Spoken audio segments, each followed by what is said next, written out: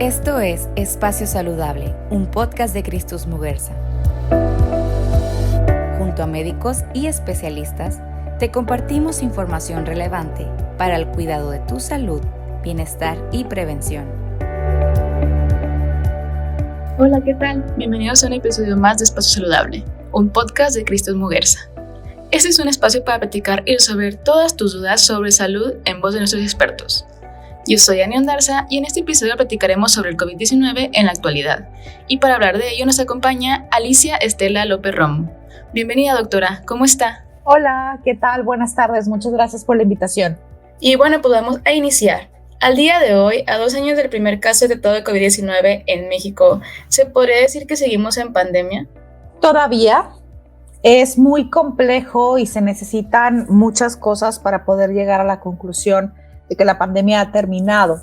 La realidad es que lo que hemos visto es una disminución en las presentaciones graves de los casos o en la cantidad de casos secundario a las intervenciones que se han venido presentando, pero hasta el día de hoy definitivamente todavía no podemos decir que la pandemia ya terminó.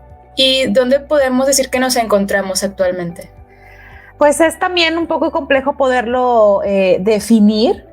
Con esta última variante, en las últimas semanas se ha presentado casos afortunadamente más leves, o sea, me refiero a síntomas más controlables o síntomas de menos gravedad, pero todavía vemos casos graves. Una de las principales cosas que necesitamos implementar de manera global es el acceso a la vacunación y a los tratamientos, y de esta manera ya pudiéramos ver una mejoría un poco más significativa, pero definitivamente estamos en un punto mucho más avanzado gracias a la vacunación y a la disponibilidad de tratamientos y a la experiencia que hemos venido acumulando durante los últimos casi 2 años. Muy bien, entonces podríamos decir que la vacunación ha ayudado a que haya menos casos graves y muertes. Definitivamente, que esa es la razón o el principal objetivo, mejor dicho, de las vacunas, que significa que los casos sean, cuando se presenten, sean casos con síntomas más leves, con un menor riesgo de complicación, y esto se traduce a un menor número de muertes. Entonces, este comportamiento que hemos visto de casos más leves o menos hospitalizaciones definitivamente tiene que ver con el impacto de la vacunación. ¿Qué diferencias marcadas hay entre las diferentes variantes del COVID y pues qué síntomas tiene cada una? Bueno, las diferencias entre las variantes, esto es algo que no es exclusivo de SARS-CoV-2 o de los coronavirus, sino es algo que vemos con muchos virus respiratorios y muchos otros virus en general. Y esto no deja de ser el mismo virus, es SARS-CoV-2, pero presenta características diferentes en cuanto al potencial de transmisibilidad o de infección y los síntomas que se presenten, ¿no? Se ha visto que ciertas variantes presentan con mayor frecuencia cierto tipo de síntomas diferente a otras. Algunas son más virulentas, es decir, presentan o tienen la posibilidad de hacer una infección mucho más severa. Algunas son mucho más contagiosas, como esta última variante que vimos, Omicron, que sí era altamente contagiosa, y esto se debe a una evolución o a una evolución del virus o del comportamiento del virus por ejemplo, a tener población susceptible. Hemos visto que estas variantes surgen en países donde no hay todavía un porcentaje importante de personas vacunadas, y pues básicamente esas son las cuestiones o las diferencias entre estas variantes, pero no es algo exclusivo de SARS-CoV-2 o de COVID-19, se ve en otros virus también y es frecuente que puedan seguir apareciendo. Y con las variantes que están activas actualmente, ¿cuándo debemos decir vamos al médico o a qué síntomas debemos estar alertas? Eso no depende tanto de la variante, sino más bien de la presentación. En cualquier enfermedad respiratoria, no nada más COVID, podemos hablar de influenza, virus sincitial respiratorio en las poblaciones pediátricas, etcétera. Los datos de alarma son muy similares para todos los virus respiratorios.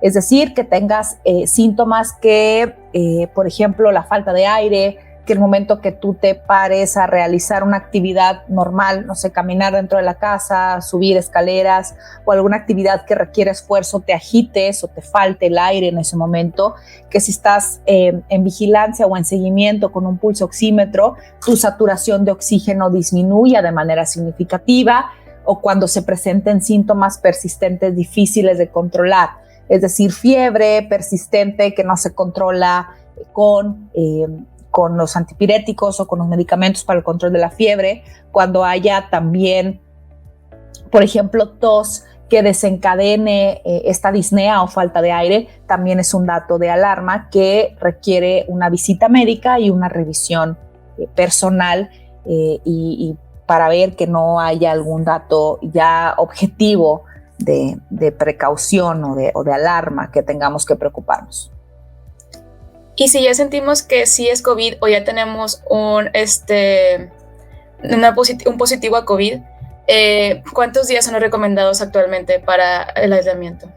Depende de la severidad. Nosotros en el hospital, por ejemplo, el paciente que tiene neumonía o el paciente que está intubado o el paciente que tiene un compromiso de su inmunidad, llámese pacientes trasplantados en quimioterapia, etcétera, son un poco más de días, ¿no? Y depende mucho de cómo va la evolución, qué síntomas tienen, si ya mejoró la fiebre, etcétera.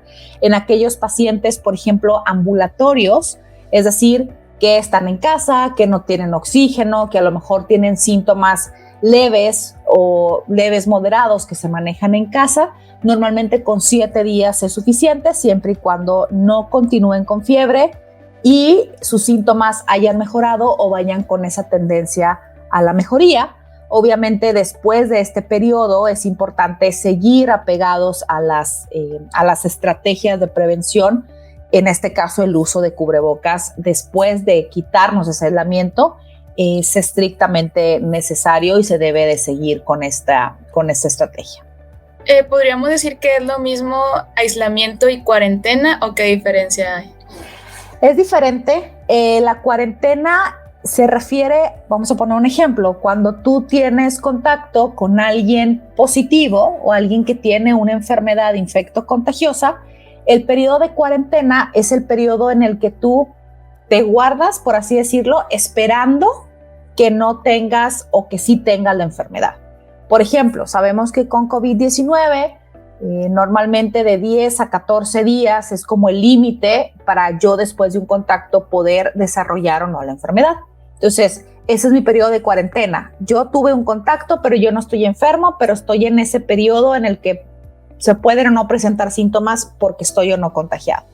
Y el aislamiento es para las personas que están enfermas, es decir, ya te hice el diagnóstico de COVID-19, te tienes que aislar. Son términos que a veces se confunden entre sí, pero son diferentes. Sí, podríamos decir que la cuarentena es parte de los cuidados que debemos de tener para evitar contagios. La cuarentena sí es guardarte, vaya, en una persona que no está enferma, pero que potencialmente pudo haber tenido un contacto con alguien que está enfermo. Muy bien, y aparte de la cuarentena, actualmente, ¿qué más podemos hacer para seguir evitando, seguir contagiando a más personas? El aislamiento es importante, el uso de cubrebocas cuando tenemos contacto con alguna otra persona, lavarse las manos, estar en lugares ventilados cuando estás, por ejemplo, si tienes una persona que la acabas de diagnosticar porque tiene fiebre, malestar general, tos, catarro, etcétera, tú le pides a la persona que se aísle, pero esa persona, si en caso de que tuviera que tener contacto con alguna otra persona por X o Y razón, que lo recomendable es que no haya un contacto con otras personas, pues hay que respetar la sana distancia, uso de cubrebocas, mantener, por ejemplo, la casa o el lugar donde estén ventilado, que circule el aire, que entre el sol, ese tipo de cosas, ¿no? Que finalmente es lo que hemos estado insistiendo durante prácticamente toda la pandemia, ¿no? Desde hace 2 años, con esas estrategias o esas formas de prevención, la realidad es que no han cambiado. Y bueno, ya actualmente tenemos el refuerzo en el estado, ya se están vacunando ya muchas personas. ¿Qué debemos saber en cuanto a esto? Bueno, pues es necesario dar un refuerzo. Se ha planteado desde todas las vacunas que existen al día de hoy requieren un refuerzo.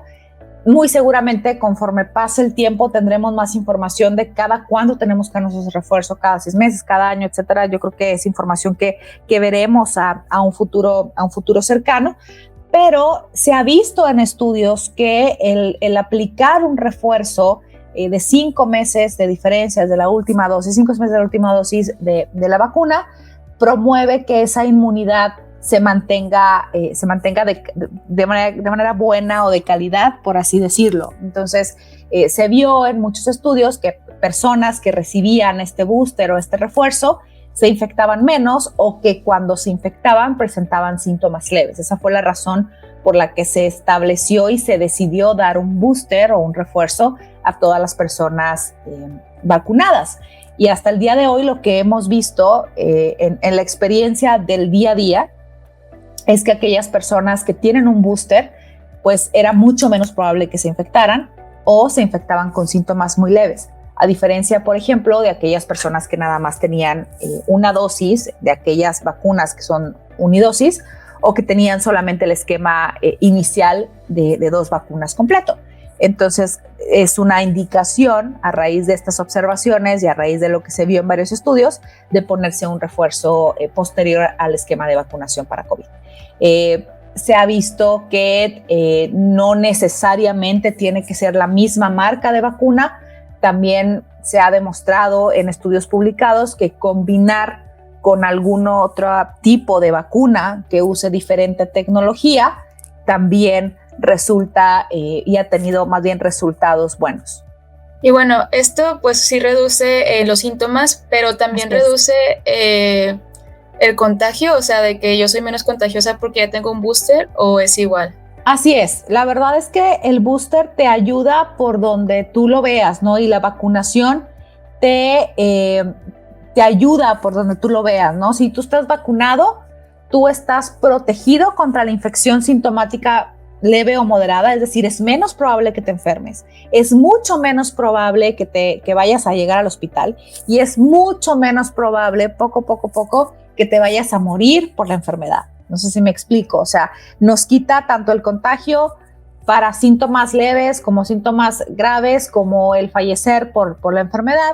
Y otra cosa es que las personas que están vacunadas transmiten menos la enfermedad a otras personas. Entonces, por donde le busques, tanto como protección para la persona que se vacuna, como protección para la gente que rodea a la persona que se vacuna, es un ganar-ganar por donde le busques. Entonces, yo creo que la mejor forma de prevenir la enfermedad, la vacunación, definitivo. Sí, te proteges tú y proteges a los demás al mismo tiempo. Exacto. Y bueno, en cuanto a los niños y adolescentes, ¿cómo está la actualización en cuanto a su vacuna? Pues bueno, hasta el día de hoy la indicación es de vacunación por encima de los 5 años. Las vacunas basadas en RNA, que en este caso es Pfizer, quien inicialmente tuvo la aprobación. Hay otra alternativa que es Moderna, pero en este caso, como Pfizer pues fue la primera, ¿no? en tener esta aprobación para vacunar a niños por encima de los 5 años. Y es importante porque finalmente los niños o la población pediátrica o los adolescentes no están exentos de presentar también enfermedad y de presentar enfermedad grave. ¿Qué pasa? Al principio pensábamos que era una enfermedad que solamente afectaba a personas mayores de cierta edad, tercera edad, por ejemplo, o personas con comorbilidades, personas con diabetes, hipertensión, cáncer, bla, bla, bla.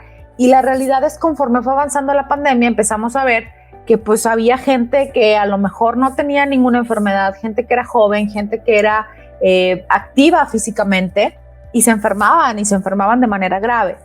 Y una cosa que también observamos durante esta última oleada con la variante Omicron es que empezamos a ver niños enfermos, ¿no? Y también niños pequeños de meses que se hospitalizaban por cuadros de croup, por cuadros de neumonía, desde neumonías leves hasta neumonías graves, es decir, niños en terapia intensiva.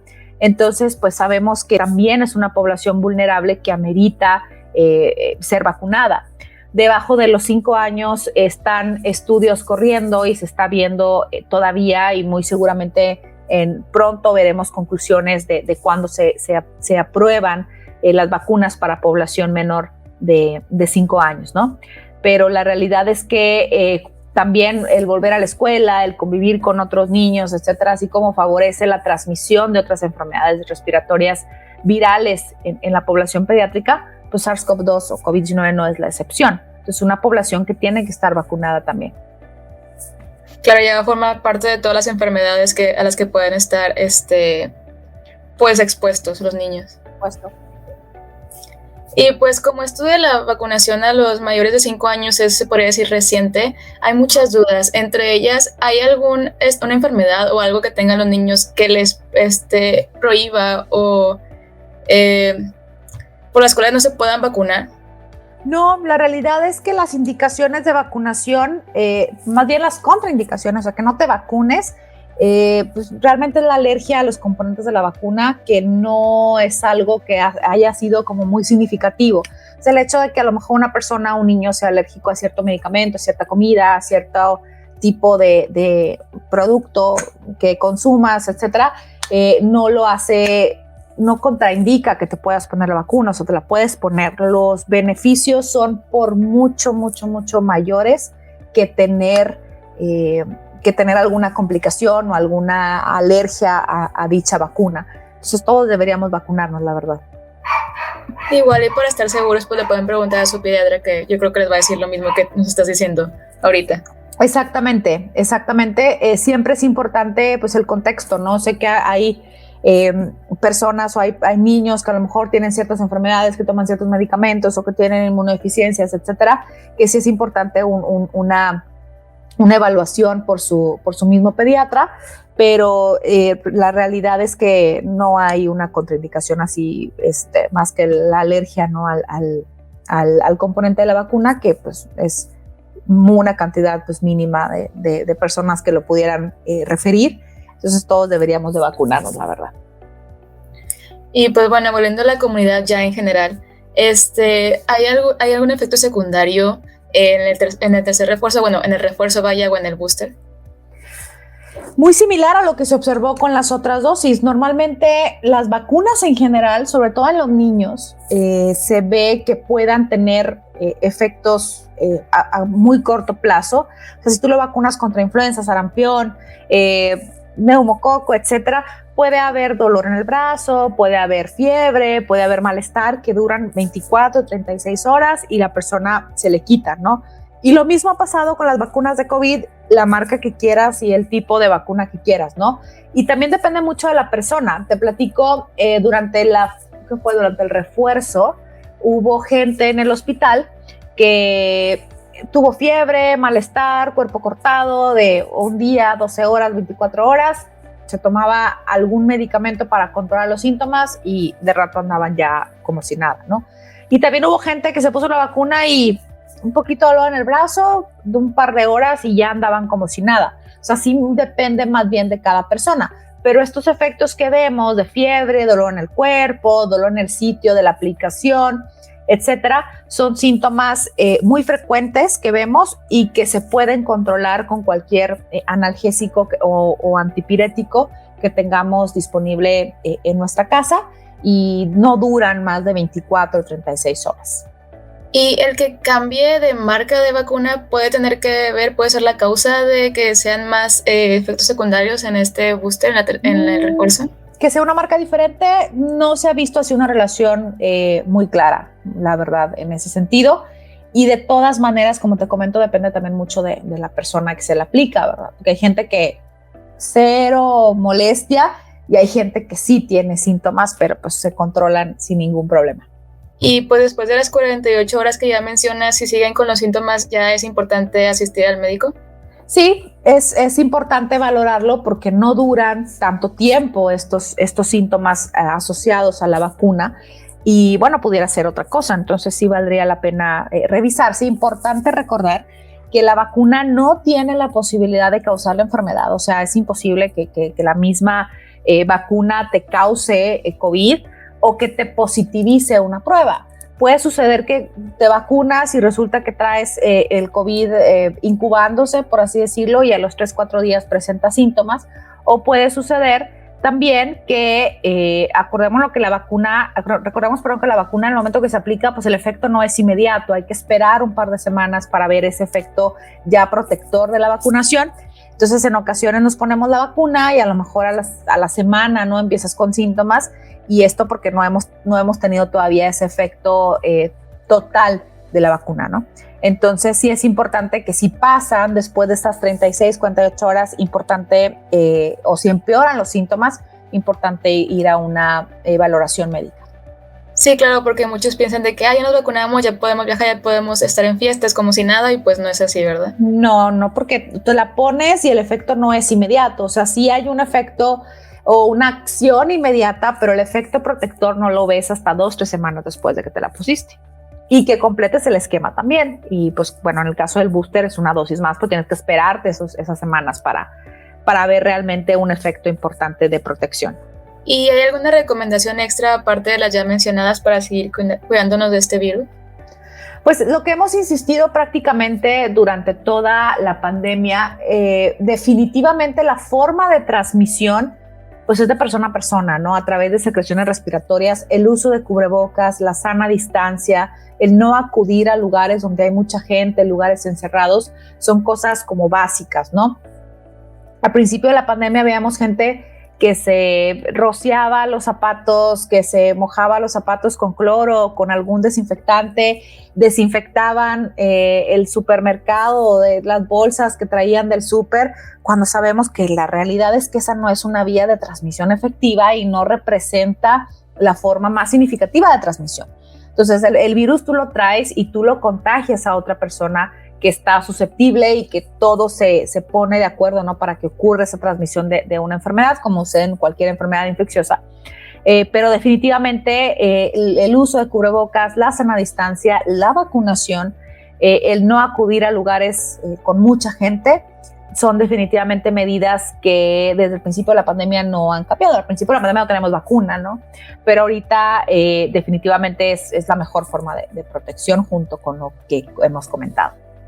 Y bueno, ya por último, ¿algo más que le gustaría compartir con la gente que nos está escuchando actualmente? Bueno, una cosa importante es que hay que seguirnos cuidando, no hay que bajar la guardia.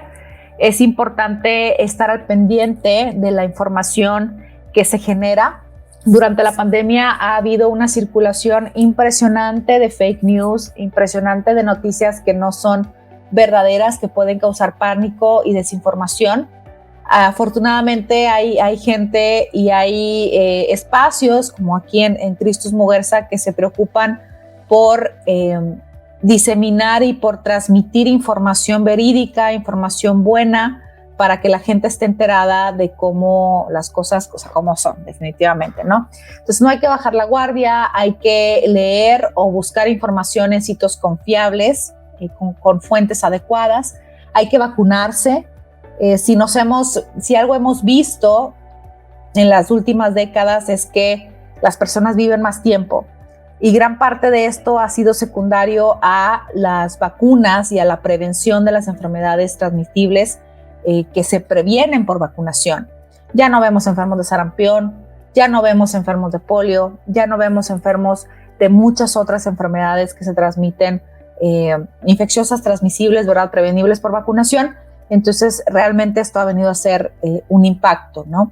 El vacunarse realmente cambia y te protege no solamente a ti, sino a la gente que te rodea, familia, papás, hijos, abuelos, etcétera, especialmente en aquella población que está más vulnerable y más susceptible a presentar cuadros severos, como son los niños o los pacientes de la tercera edad con alguna comorbilidad, o aquellos pacientes que tienen comorbilidades o enfermedades. Entonces no hay que bajar la guardia, hay que vacunarse, seguirse cuidando y estar al pendiente de cualquier otra información que vaya saliendo, y estamos para ayudarles en lo que necesiten.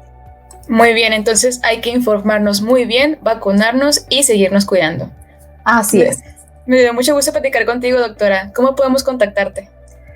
Bueno, pues yo estoy en Christus Muguerza. Mi correo electrónico es alicia.lopezr@christus.mx, y cualquier cosa que necesite. Muchísimas gracias, doctora. Gracias a ti. Si te quedaste con más dudas, te invitamos a visitar nuestro blog espaciosaludable.com o también puedes seguirnos en nuestras redes sociales. En Facebook nos encuentras como Cristus Muguerza y en Twitter e Instagram como CristusMX. Nos vemos en nuestra próxima edición. Yo soy Ani Ondarza y esto fue Espacio Saludable, un podcast de Cristus Muguerza.